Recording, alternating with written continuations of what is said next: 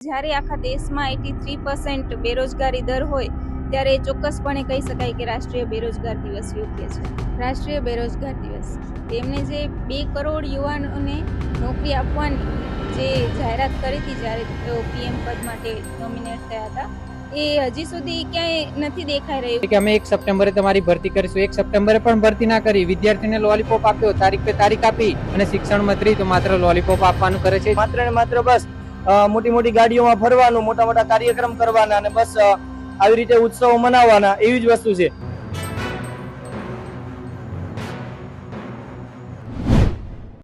અમે જોવા જઈએ તો સાહેબ સૌથી પહેલા તો અમે કાયમી શિક્ષકની માંગણી એટલા માટે કરીએ છીએ કે છેલ્લા 1.5 વર્ષથી અમે સતત કાયમી શિક્ષકની ભરતી માટે સરકારશ્રી પાસે માંગણી કરીએ છીએ, પણ આજ દિન સુધી હજુ પણ નિવારણ નથી આવ્યું.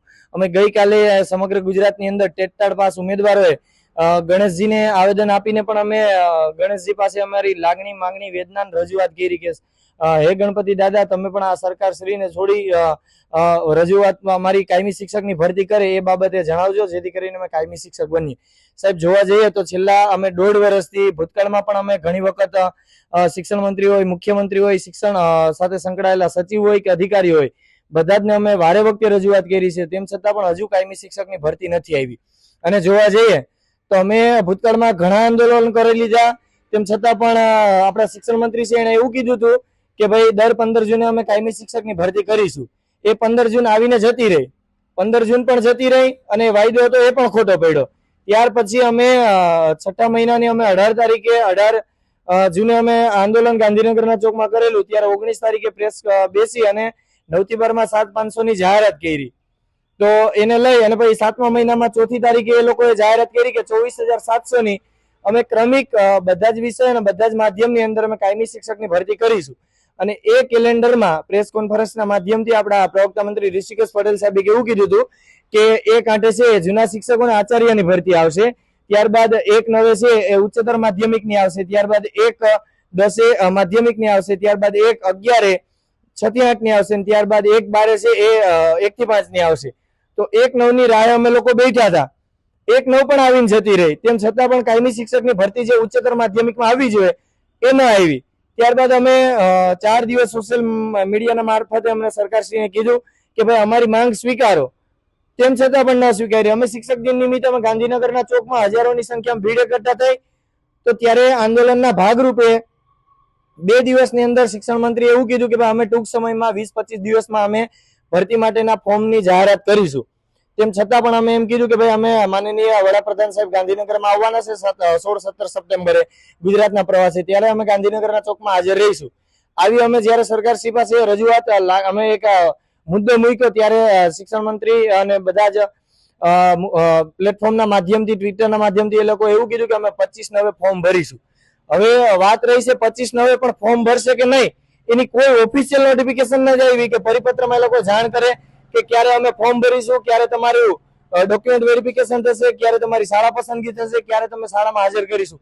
હજી સુધી કોઈ ઓફિશિયલ નોટિફિકેશન નથી આવ્યું. એટલે પ્રશ્ન અમને મનમાં એક જ ઉદ્ભવે છે દર વખતે કે અમારી ભરતી છે 25/9 નું આવશે કે નહીં, એ જ પ્રશ્ન રહે છે સાહેબ. બેન, એક નારો છે ગુજરાત સરકારનો કે બેટી બચાવો અને બેટી પઢાવો. શું લાગે છે ગુજરાતમાં ખરેખર આ નારો સાર્થક થતો દેખાય છે તમને? નરેન્દ્ર મોદી સાહેબની જે કન્યા કેળવણી યોજના હતી, જ્યારે તેઓ ગુજરાતના 2004 થી મુખ્યમંત્રી પદે હતા, ત્યારથી તેઓએ બેટી પઢાઓ બેટી બચાવોનો નારો આપ્યો છે. અને આજે નારો ત્યારની જે પાયો છે નરેન્દ્ર મોદીજીના સરકારનો ગુજરાતનો, એ આજે પાયો એટલો મજબૂત થઈ ગયો છે કે ગુજરાતની જે દીકરીઓ છે એમને ભણી પણ લીધું છે અને બચી પણ ગઈ જ છે. બટ હવે એ નોકરી માટે સક્ષમ બની ગઈ છે, કોમ્પિટિટિવ એક્ઝામ પાસ કરીને નોકરી મેળવવા માટે અણી પર ઊભી છે. ત્યારે આજની સરકાર એ હર ફેરે દરેક વખતે તારીખ પે તારીખ જેવી ફિલ્મી દુનિયા અને અંદાજમાં તારીખો આપીને જે યુવાનોને ભરમાવે છે, ભટકાવે છે અને વારે ઘડીએ પોલીસને આગળ કરીને અટકાવે છે. કારણ કે શિક્ષણના ક્ષેત્રમાં સૌથી વધારે ફાળો મોટો બહેનોનો હોય છે. આપણે ઝવેરચંદ મેઘાણીની એક પંક્તિ છે કે ઘટમાં ઘોડા થનગને આતમ વીજે પાંખ, અણદીઠેલી ભોમ પણ યૌવન માંડે આંખ. કે જે ગામડાનો નાનો માણસ છે તે વર્ષોથી તૈયારી કરીને 6 વર્ષ પછી ટેટની એક્ઝામ લેવાય છે. એ એક્ઝામ પાસ કર્યા પછી પણ 1.5 વર્ષથી અમે સતત આંદોલન કરી રહ્યા છીએ કે અમારી ભરતી કરો. ગામડાનો નાનો માણસ કે જે મહેનત કરીને એક્ઝામ પાસ કરી છે એનું સપનું છે કે હવે ગાંધીનગર આપણે એમને એમ તો નથી જઈ શકતા, બટ ગવર્મેન્ટ નોકરીનો ઓર્ડર લેવા માટે ચોક્કસ જઈશું. બટ 1.5 વર્ષથી એ લોકોને મજબૂર થવું પડ્યું છે કે ગાંધીનગરે આંદોલન કરવા માટે આવે અને જે વર્ષોની મહેનત છે એ એમને કદાચ ફળીભૂત થતી દેખાય. તો એક શિક્ષકનો ધીરજ છે, અડીખમ છે અને ગાંધી ચિંધ્યા માર્ગે અમે અવિરત આ જ રીતે સરકાર પાસે અમારી લાગણી અને માંગણી મૂકતા રહ્યા છીએ અને આગળ પણ મૂકતા રહેશું જ્યાં સુધી અમારો ધ્યેય છે એ પૂરો ન થાય અને પૂરા ગુજરાતને સારું શિક્ષણ અને શિક્ષકો અમે પૂરા ન પાડીએ. જય હિન્દ. ગુજરાતની શિક્ષણની પરિસ્થિતિ દેખવા જઈએ ને સાહેબ, તો નવી શિક્ષણ નીતિ 2020 મુજબ તમે દેખવા જાઓ તો 1.5 લાખ શિક્ષકોની ઘટ છે અને 1.5 લાખ શિક્ષકોમાંથી માત્ર 24,700ની ભરતી કરશે. એટલે તમે વિચારી શકો છો કે શિક્ષણની શું હાલત છે. તમે દેખો 182 ધારાસભ્ય છે તેની ચૂંટણી કેવી સમયસર થઈ જાય, એમાંથી કે આ તારીખે ફોર્મ ભરાશે, આ તારીખે વોટિંગ કરવાનું, આ તારીખે તમારું રિઝલ્ટ આવી જાય, બધું આયોજન કમ્પ્લીટ હોય. ખાલી ગુજરાતમાં માત્ર ચૂંટણીનું આયોજન જ આમ કમ્પ્લીટ હોય છે, પરફેક્ટ, જે ટાઈમ ટુ ટાઈમ ચાલે.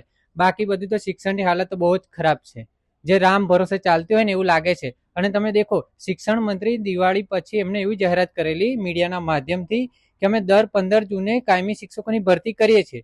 15 જૂન જતી રહી, સાહેબે ભરતી ના કરી, માત્ર વિદ્યાર્થીઓને લોલીપોપ આપ્યો. પછી 3 દિવસ પછી 18 જૂને અમે ગાંધીનગરમાં હલ્લાબોલ કર્યો વિદ્યાર્થીઓ. ત્યારે સાહેબે ટ્વીટના માધ્યમથી એવું કીધું કે અમે 7,500ની 9 થી 12માં ભરતી કરીશું. એની પછી સાહેબે ટ્વીટના માધ્યમથી પછી અમે ફરી આવેદન આપવાનું ચાલુ કર્યું. પછી સાહેબે 3 જૂને નહીં, પછી 3 જુલાઈએ સાહેબે ટ્વીટના માધ્યમથી એવું કીધું કે અમે 1 થી 8માં પણ ભરતી કરીશું. પછી એમને પરિપત્ર જાહેર કર્યો, ખાલી સોશિયલ મીડિયાના માધ્યમથી એવું જણાવ્યું મંત્રી ઋષિકેશભાઈ પટેલે કે અમે 1 સપ્ટેમ્બરે તમારી ભરતી કરીશું. 1 સપ્ટેમ્બરે પણ ભરતી ના કરી, વિદ્યાર્થીઓને લોલીપોપ આપ્યો, તારીખ પે તારીખ આપી.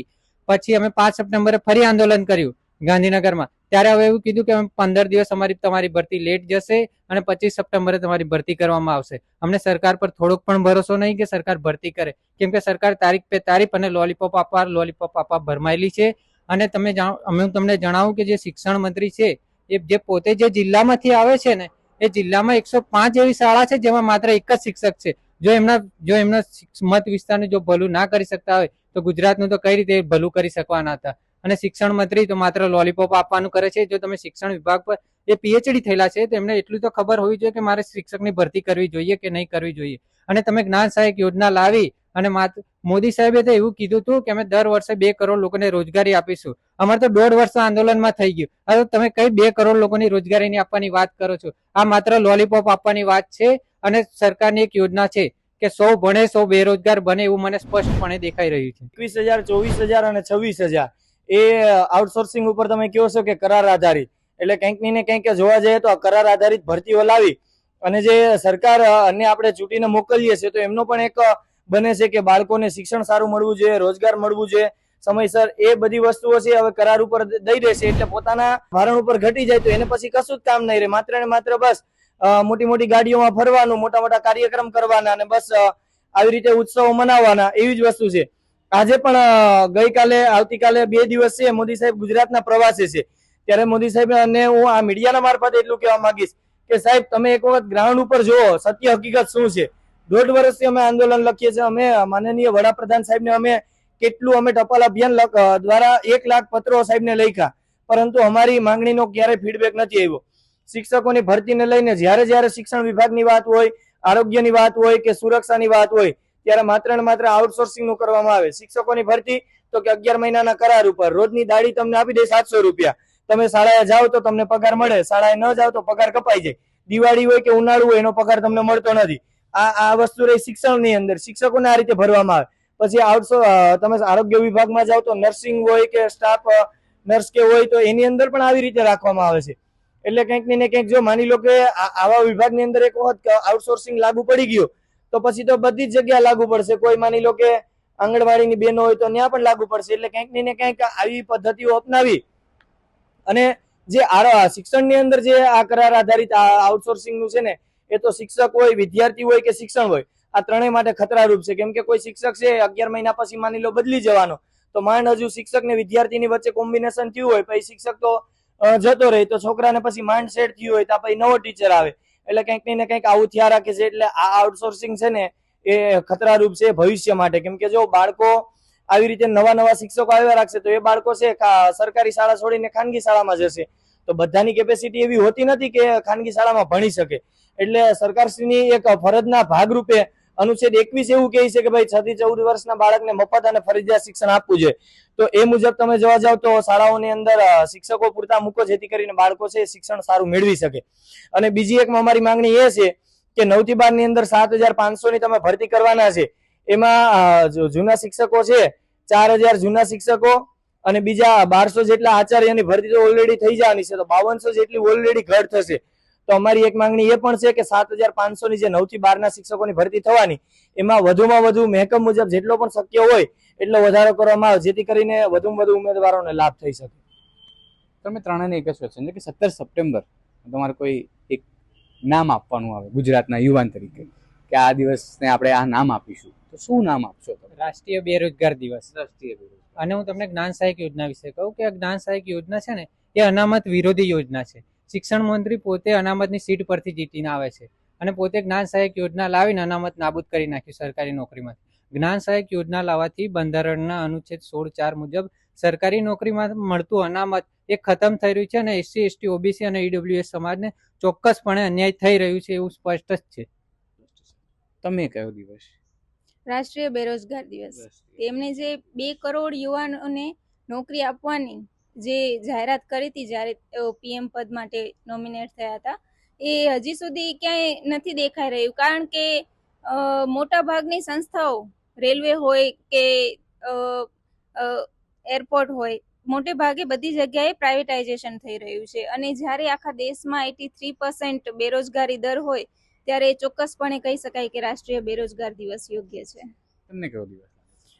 સાહેબનો બર્થડે છે તો આપણે એટલું તો કે સાહેબ સારા કામ કરવા ઈચ્છતા હોય છે. પોતે કંઈક કેન્દ્રની સરકારમાં માની લો કે દિલ્હીની ગાદી ઉપર બેસેલા આપણા લોકલાડીલા વડાપ્રધાન છે, તો એ સારું ઈચ્છતા હશે માની લે, પણ જે ગ્રાઉન્ડ લેવલ ઉપર માહિતી મળવી જોઈએ ને એ માહિતી એમના સુધી પહોંચતી જ નથી, અથવા પહોંચે છે તો એ લોકો આંખે પાટા બાંધી અને બધું અજાણ્યા બની જાય છે. કેમ કે અહીંયા મંત્રીઓ અને અધિકારીઓ છે એ શું કરે છે ને એ ઉપર સુધી પહોંચતું જ નથી. અહીંયા કેટલી બજેટો ફાળવણી કરવામાં આવે છે. તમે જો દર વર્ષે શિક્ષણનો જે કુલ બજેટ ફાળવવામાં આવે છે ને રાજ્ય સરકારનું, એમાં સૌથી વધારે હિસ્સો જો કોઈ આવતો હોય ને તો એ શિક્ષણ વિભાગનો હોય છે.